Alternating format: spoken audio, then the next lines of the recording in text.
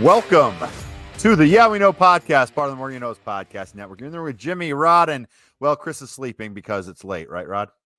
Yeah, the old man. We have made reference to it that home base in North Carolina is now going to be moved to Indiana, and I believe we have some packing going on. Again, we will not disclose what location the old man is moving to, but he's coming to Indiana. That much we can say, and I believe there's some packing happening right now. And apparently I have the Lord above me with this light, so we're going to have to fix that in future live podcasts. But that's okay. Rod and I are going to do our live podcast this week, talking about everything that is WWE. Please throw any questions in the chat on YouTube or Facebook, or even, tweet at us as well at The Morgan You Know.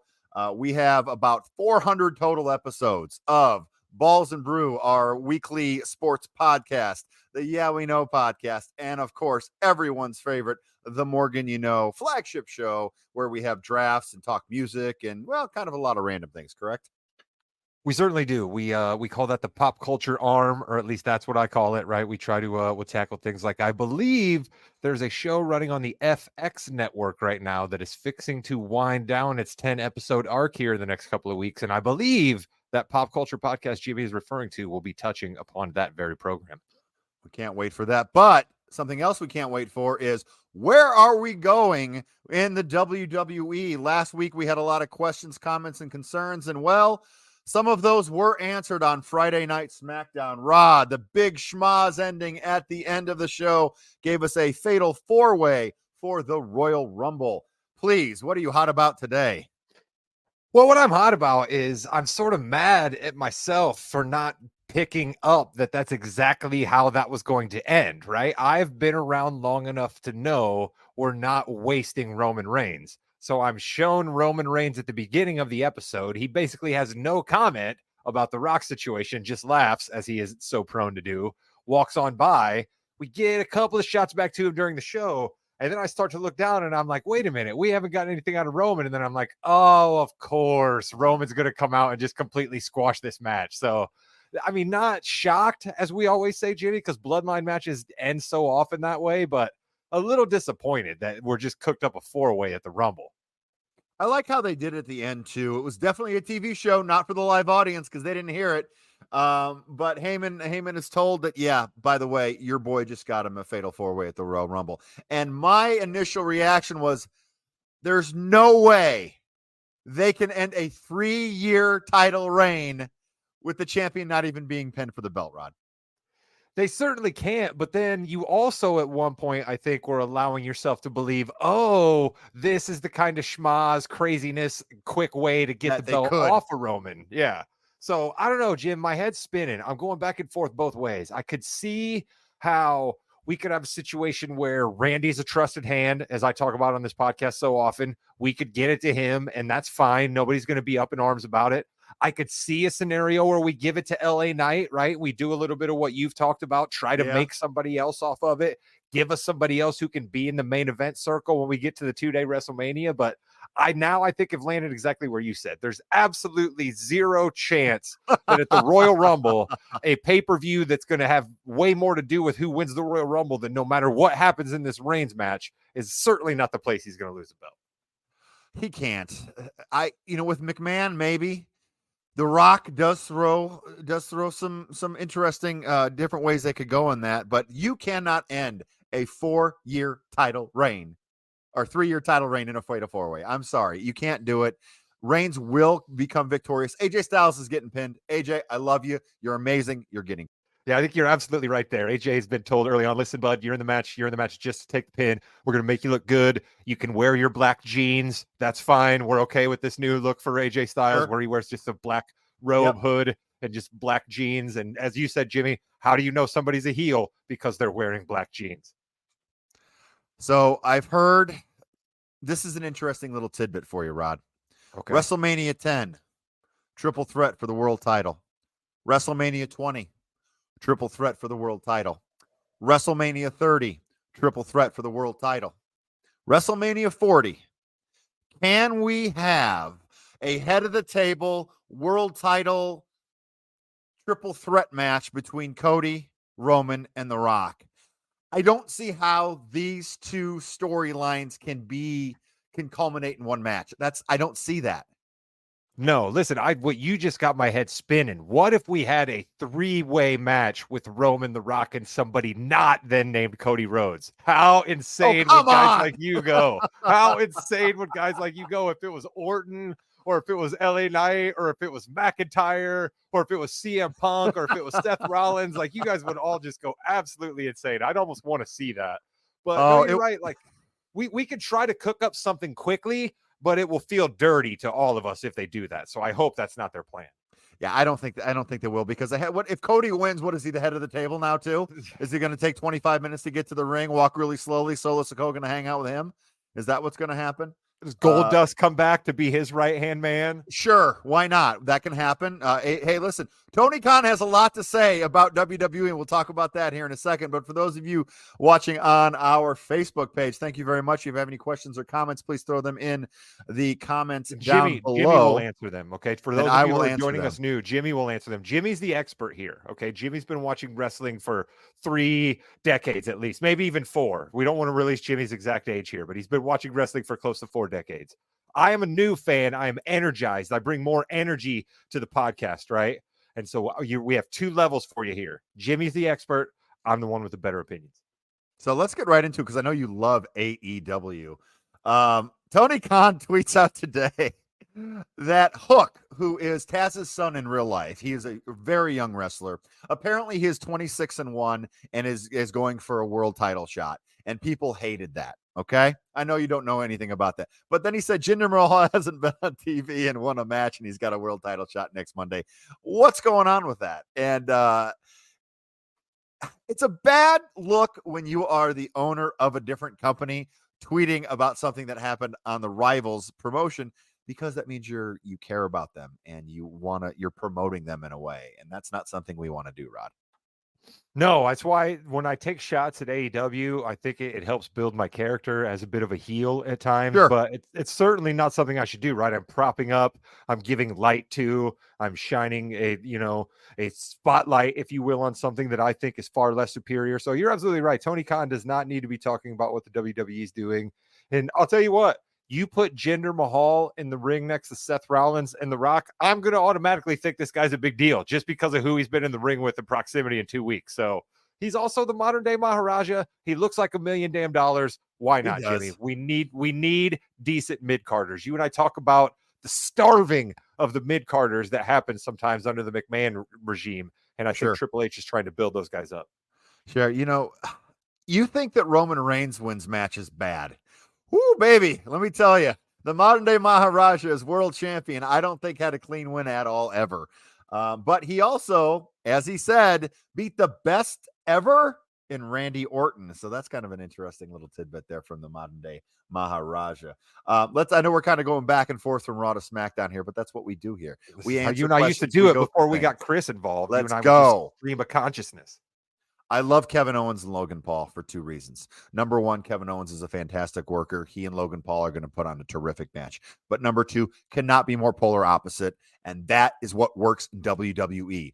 You have a superstar, always cares about his looks, wants to do, everything glitz and glamour. And you have a hardworking guy, doesn't care about his looks, wears a shirt to the ring. That's perfectly fine, because he's one of the best to ever do it in Kevin Owens, and I cannot wait for this matchup. I think it's terrific.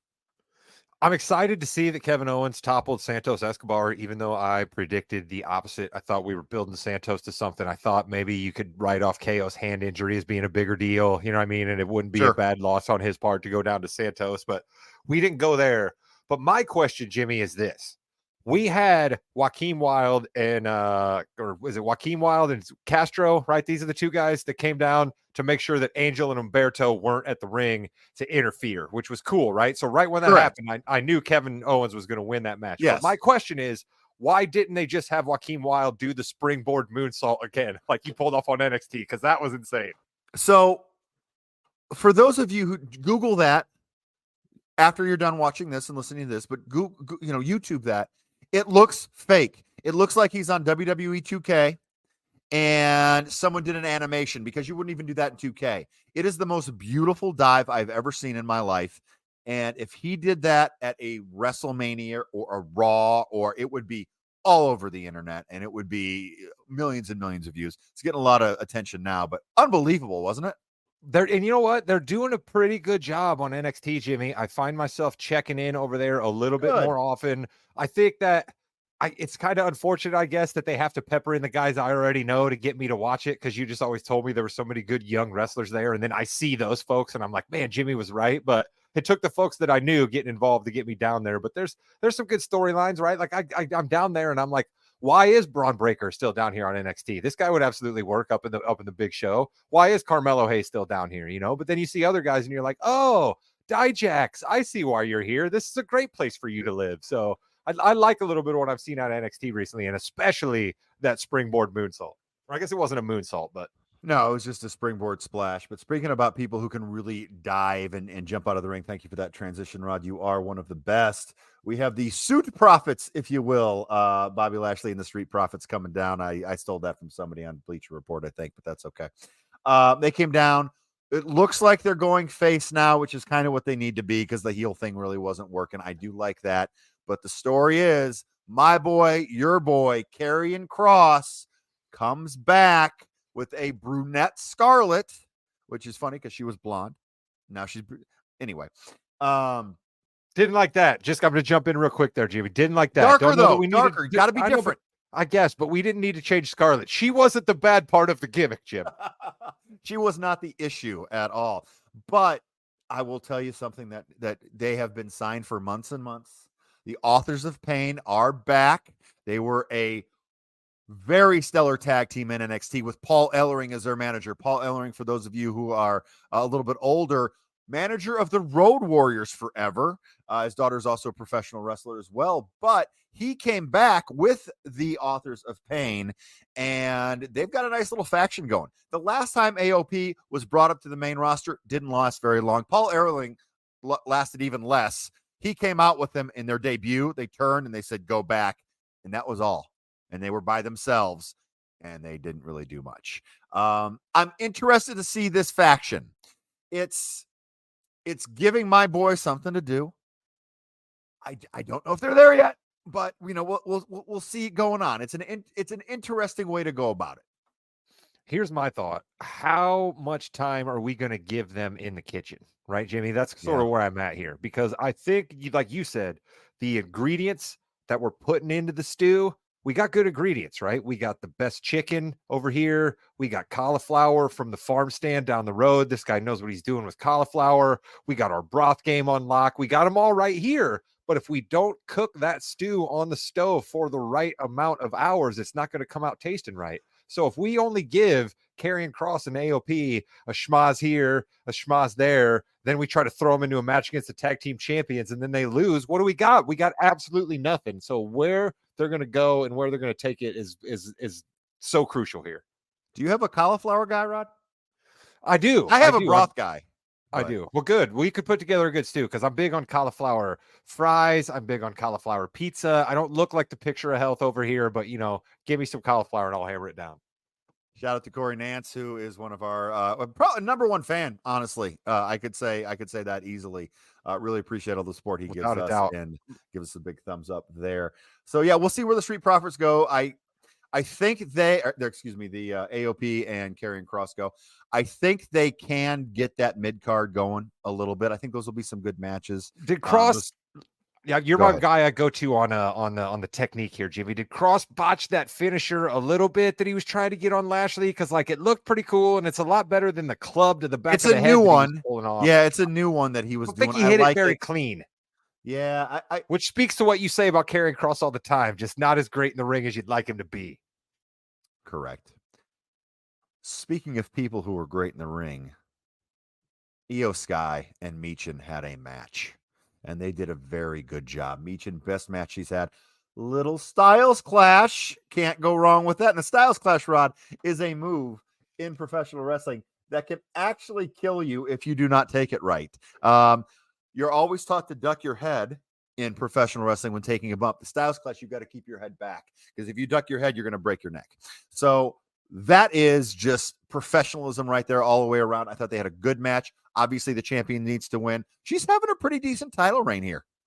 She really is. I don't give a lot of credit to Io Sky, and I'm not entirely sure why, right? And I think it's just my jingoistic side coming out where just the communication barrier is just a lot for me, right? Like I just kind of like, I don't know how much I love Kyrie saying and Io Sky saying whatever it is they're saying, and then Dakota Kai translating it for me, right? Like I'm not sure how much more patience I have for that gimmick, but as far as Okay. Io Sky in the ring, she could absolutely get it done. And so, but I wonder here, Jimmy, I guess now that I said that out loud, is Io Sky a big enough deal to carry that championship into WrestleMania? Because that's really the question we got to start asking ourselves. Because I've got no issue with her reign so far, but I'm not sure she's ready to be on a card at WrestleMania as the champ.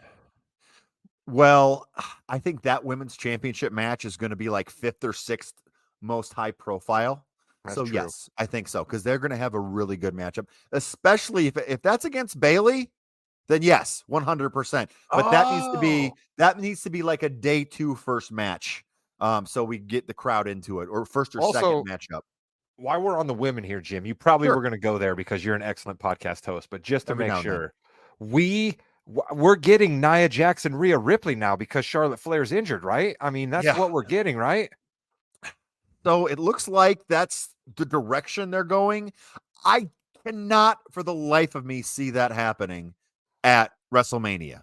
Like, legitimately kill me. Like, no, I cannot have that match be the WrestleMania match because it's going to be just fine. It's not going to be anything special. And Rhea Ripley, I think, deserves more than that. She's earned more than that. That is a nice elimination chamber match. For the title, because obviously we're not going to get, Nia's in the Rumble, Becky's in the Rumble, so I guess we're not getting a championship match unless they bring some random person to get squashed by Rhea. But that's the storyline. Hopefully Becky throws Nia out, or Rod, that could be the 3-way match. You never know. Yeah, that's a good point. There's a whole lot of contenders for the men's Royal Rumble crown right now, and you Sure. could give me a list of about 8 women right now that you could easily have win the Royal Rumble, and I wouldn't be able to tell you that that's an idiotic idea. And I think it just speaks to where we're at overall with the women's division. And I'm going to sound like a homer here, but the giant gaping hole that is left in the division when the best to ever do it is away for almost a year. Yeah, not the best, but what is the best? Tyler Bate made his debut on SmackDown, Butch's mystery tag team partner. Yes, Tyler Bate is, Rod, one of your favorite characteristics of any WWE wrestler. Tyler Bate is not tall. He is a short individual. That finisher's got to go. When Tyler Bate does it by himself, it's fine. The two didn't really work as well. I think Pete Dunne and Tyler Bate are a terrific tag team moving forward. They're going to bring a lot more energy to the division. I really want to see them against DIY at some point, but they can't because they're in 2 separate brands, Rod. So they can't do that. Yeah, we couldn't have that, man. There's such heat on the tag team division right now that we couldn't possibly have any crossovers between shows of those guys. I'll tell you what, see Pretty Deadly take the L on that one. I'm not, and I knew you'd bring that up, and I'm not sad to see it because here's what the deal with Pretty Deadly is, Jim. That's their job, okay? That's their job. It. Yep, they are there to make people angry. They are there to drive people like Chris insane. They are there to make me and my wife laugh, and they are there to take L's. And then when you need to pull the trigger on a heel dastardly stealing the belt, Pretty Deadly says, hold my beer. And they come in and they're the absolute perfect tag team for that. That is terrific. We had Chris King isn't here. Chris has some stuff to take care of. On the one show that I am going to go off on Drew McIntyre because he's the greatest ever. Love Drew McIntyre. Terrific. He came out and said, why did Damian Priest do it? That was stupid. He should have waited to the end. He get a lot of inside stuff with CM Punk. Drew McIntyre, he's a heel, but he got a lot of cheers, Rod. Well, that was his swan song, right? I mean, that was probably the last time we're going to see him on WWE TV, right? I mean, that was my thought. But then I was also like, wait a minute, they'll probably end up getting it signed at the last minute, and we're not going to say goodbye to Drew McIntyre. But at one point, I was like, hey, this is cool. It's the Triple H regime. We're letting guys have a swan song. They can't say that it's their swan song, but he's in a roundabout way saying it's his swan song. So I found that interesting. But then by the end of it, I don't actually know what Drew McIntyre was trying to say, Jimmy. Whenever someone says I'm leaving or I might be leaving, They're probably not leaving. They're not going to leave. I love this. I think it's a really good feud. I'm not sure when they're going to do that between now and the Rumble. Hopefully, I mean, it's got to be between now and the Rumble, which isn't very far away. They do have to have a matchup there, and someone's got to win. And you would think it would be CM Punk winning that one, but then does Drew come back in and throw Punk out of the Rumble to continue that? That could happen, even though everyone thinks Punk's winning the Rumble.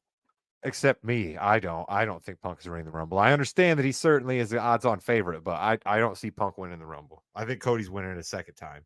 Ludwig Kaiser is a little angry at Kofi Kingston, and just shout out to Kofi. Hopefully you're doing okay. He just went off and destroyed him because he got angry that his tag team partner's out forever. That Gunther, who is a father. Congratulations, Gunther. Yep, gotta love that. Hope that kid never does anything bad, because spankings from Gunther may not be a good thing. I don't know. It was fine. It went longer than it should have, but it was fine.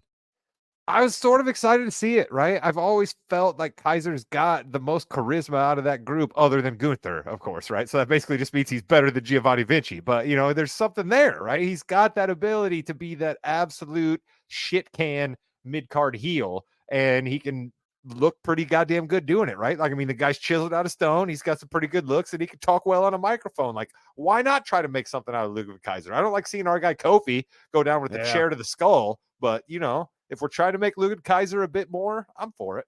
If he can be a thing, he can be a thing. Also, we have Finn and Damian and Rhea and Dirty Dom and R-Truth, the R-Truth Judgment Day story. Rod, I'm really excited for you to see this R-Truth. He's been gone for a while. It's a lot of fun. And if Miz has to be involved, that's fine. But R-Truth has done a great job. Was it Tim and John Mysterio that he threw in that pre-tape Sure. package? Yeah. Sure. Oh, just great stuff out of R-Truth. Listen, if you get R-Truth in your ring, that's always good. And now I've learned that R-Truth in a pre-tape segment is probably even better than R-Truth live on the microphone, because that gave an injection of life to the Judgment Day story, which is played out. Yeah, they did a good job. Over and done. It's over and done. And R-Truth is the only thing keeping it limping along until we get rid of the stupid briefcase from stupid Senior Money in the Bank. Wow, you do not like Senior Money in the Bank. Ivar, no. Oh, go ahead. He's been after my guy Seth Rollins for months, Jim. He's not laid his sights on anybody else. There's another belt that exists. There's an Intercontinental belt that exists. The United States Championship belt that exists. They already have tag team gold, but for some reason, he keeps trying to poke his nose in my guy Seth Rollins' business, and I don't like it. I hope that they have a competitive match, which I think they're going to. I think they're going to have a competitive match. It would serve, like you said, serve the WWE well to push Jinder a little bit more, just to get him into something, get him back on TV, have him be that mid card. Even if you got to lose, everyone has a role to play. I want this to be a competitive matchup. I do. I also don't want Indashir anywhere near the ring, right? I do not want to see a schmaz. Like, we don't. We've got AOP getting ready to do that. We've got the Bloodline that still does it all the time. We've got Judgment Day that does it. We don't need Ginger. We don't need Jinder having his boys out doing schmazes and helping him win matches all the time. We don't need it. Just let Jinder get beat, back to the mat, and that's fine. We'll respect you. Ivar Notice had the best of 27 matches. I think this is match 19 that they've had. Another solid matchup. It looks like Tozawa is going to be the next person to go after Ivar, which is interesting because you usually go small guy first, big guy second. But whatever, it's fine. Tozawa thinks he's a big guy, and that's fine. As long as Tozawa does that little dance, I'm absolutely all for it. And I love seeing Bronson Reed. Speaking of big guys, yes, that's going after main event Jey Uso. That's a nice little feud for something both different. Those guys, I think. I like that a lot for sure. And then finally, we had Cody Rhodes defeating Shinsuke Nakamura to kind of end that storyline, and hopefully he'll continue to finish his story here in the next couple of months. It was a fine match. People wanted tables; they got tables, and I thought it was a pretty good, 2-month little thing they had here. I think that's fine. All of that, I second all of that. My only addition here would be it was weird, right? And here's what I mean by it was weird. When was the last time we saw SmackDown or a Raw end with just a 1-2-3 pin, somebody on the mat, right? No cliffhanger, no schmaz breakup, no surprise appearance. You know what I mean? It was the most anticlimactic ending of a Raw or SmackDown we've had in quite a long time. And I found that a bit odd. if we're only 2 weeks out of the Royal Rumble and we have all these things percolating, it seemed a bit odd to me that we didn't come up with a better like cliffhanger type ending or some sort of surprise. And all it was the ending of that feud, which you're right, was a good feud. We have a huge art department budget these days, apparently, with Shinsuke Nakamura pre-tape. So we gotta knock all these things out because we're paying all these artists. Well, but I like it because we've had so many schmaz endings. We've had so much just like, what is going on? This is ridiculous. Well, fine, doesn't have to be schmaz, Jimmy, but like I dig the cliffhanger. I guess that's what I'm starting to realize, right? Is like the sort of cliffhangery deal that would happen at the end of every episode. I find myself really craving that, right? Like I can't watch regular shows anymore because I'm so used to like, oh my God, can you believe that just happened? Like I guess I need that in my veins. Speaking veins, we love having the podcast in our veins, and we appreciate everyone watching tonight. We will continue to do as many live streams as we possibly can. We've got a lot to talk about this week in Balls and Brew, Rod. We've got, I think, 7 head coach openings in the NFL, and well, we had a lot of pain, a lot of heartache this past weekend for some Colts and Bears fans. Oh man, yes! Everybody tune in to the Big Balls and Brew playoff preview spectacular because there will be a little bit of Colts talk in there. And Steichen called your boy out, by the way. Did you see that? He definitely did. Your boy out. That's on you. It was there. It's like, whoa. Listen, that's why Steichen's the man. All right. That's and awesome. Listen, we all know that this isn't a football podcast, but allow me for a second. We all know Gardner is not fully the man, and that's the reason why. Plays like that fall by the wayside when you have a guy like Gardner. But I'll be damned, Jimmy, if I didn't want my guy to get a playoff start. I wanted it for my guy. And with that, you've been listening to the Yeah We Know podcast, part of the More You Knows podcasting network. You're in the ring with Jimmy and Rod. I got a prediction for you. All right. We were supposed to cook up a couple of predictions for the show, and then our guy Chris was out, but I'm going to give you one of them that I had cooked up. Dominic Mysterio reunites with his father and wins tag team gold before this calendar year's out.